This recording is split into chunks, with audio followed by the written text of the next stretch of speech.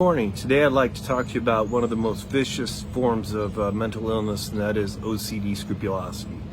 Now, OCD attacks what you care about the most, and scrupulosity is pertaining to your relationship with God. So someone who's dealing with OCD, scrupulosity is feeling like maybe I'm not chosen by God, maybe I've committed the unpardonable sin, and it is very tormenting. Now, most therapists will tell you exposure therapy is the way to respond to OCD, and that works great when it comes to the idea of, well, if I'm afraid if I touch something I'm going to get germs and I'm going to get sick. You can touch something repeatedly and know you're not going to get sick, your brain gets bored with it, and you overcome that type of OCD. But OCD, when it comes to your relationship with God, exposure therapy is not the way to go. Avoid the exposure. Number one thing you got to do.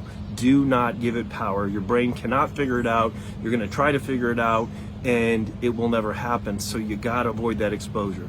Secondly, press into God's love. And God loved you. He gave himself for you. He died on the cross for your sins. So press into his love, press into the love of your family members, and just rest in that. And the third thing you do is resist the compulsion. And the compulsion is going to be to figure it out.